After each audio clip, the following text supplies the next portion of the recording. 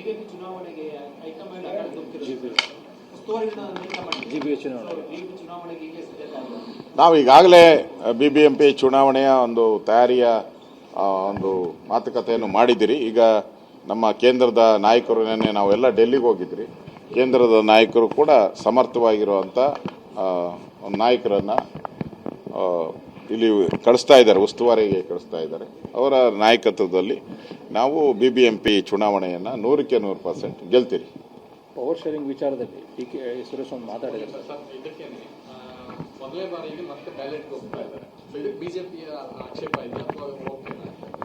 ನೋಡಿ, ಈಗ ರಾಷ್ಟ್ರದ ಜನ ಕಳೆದ 16 ವರ್ಷದಿಂದ ಮನಮೋಹನ್ ಸಿಂಗ್ ಇದ್ದಾಗೆ ಅದನ್ನು ಎಲೆಕ್ಟ್ರಾನಿಕ್ ವೋಟಿಂಗ್ ಮಿಷನ್ಗೆ ಹೋಗಿದ್ದೀವಿ ನಾವು.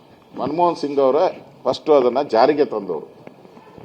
ಅವ್ರು ಕೂಸಲೇ ಇವಾಗ ಬೇಡ ಅಂತ ಹೇಳಿದ್ರೆ ಕಾಂಗ್ರೆಸ್ ಅವರು ನಾಚಿಕೆ ಆಗಬೇಕು. ಕಾಂಗ್ರೆಸ್ ಅವ್ರಿಗೆ ಜನ ಒಂದು ಸಿಸ್ಟಮನ್ನು ಅಕ್ಸೆಪ್ಟ್ ಮಾಡಿದ್ದಾರೆ. ಮತ್ತು ಸುಪ್ರೀಂ ಕೋರ್ಟು, ಹೈಕೋರ್ಟ್ಗಳು ಈ ಸಿಸ್ಟಮ್ ಏನಿದೆ ಇದು ಪಾರದರ್ಶಕ ಅಂತೇಳಿ ಹಲವಾರು ಜಡ್ಜ್ಮೆಂಟ್ಗಳು ಬಂದಿದೆ. ಈ ಕಾಂಗ್ರೆಸ್ ಅವ್ರಿಗೆ ನಿರಂತರವಾಗಿ ಸೋಲು ಸೋಲು ಸೋಲು ಕಾಣ್ತಾ ಇರೋದ್ರಿಂದ ಎಲ್ಲೆಲ್ಲಿ ಸೋಲಾಗುತ್ತೆ ಅಲ್ಲಿ, ಈಗ ಮಹಾರಾಷ್ಟ್ರದ ಚುನಾವಣೆ ಆಯಿತು, ನಗರ ಪಾಲಿಕೆಗಳದು ಸೋಲಾಯಿತು, ಅಲ್ಲಿ EVM ಸರಿ ಇಲ್ಲ. ತೆಲಂಗಾಣದಲ್ಲಿ MLA ಚುನಾವಣೆ ಆಯಿತು, ಅಲ್ಲಿ ಕಾಂಗ್ರೆಸ್ ಗೆತ್ತು, EVM ಸರಿ ಇದೆ. ಕರ್ನಾಟಕದಲ್ಲಿ ಚುನಾವಣೆ ಆಯಿತು, ಕಾಂಗ್ರೆಸ್ ಗೆತ್ತು, EVM ಸರಿ ಇದೆ. ಇವ್ರಿಗೆ ಎಲ್ಲೆಲ್ಲಿ ಸೋಲ್ತತೋ ಆ ಮುಖಭಂಗವನ್ನು ತಪ್ಪಿಸ್ಕೊಳಕ್ಕೋಸ್ಕರ EVM ಮೇಲೆ ಇಡ್ತಾರೆ.